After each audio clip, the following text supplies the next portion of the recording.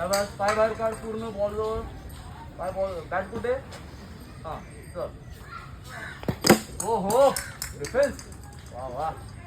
चल. पग नीचे रख. हो हो व्हेरी गुड पहले बेटा. पग दो पाड़े पाड़े ले. हाँ पीछा. चल. हाँ हा चल.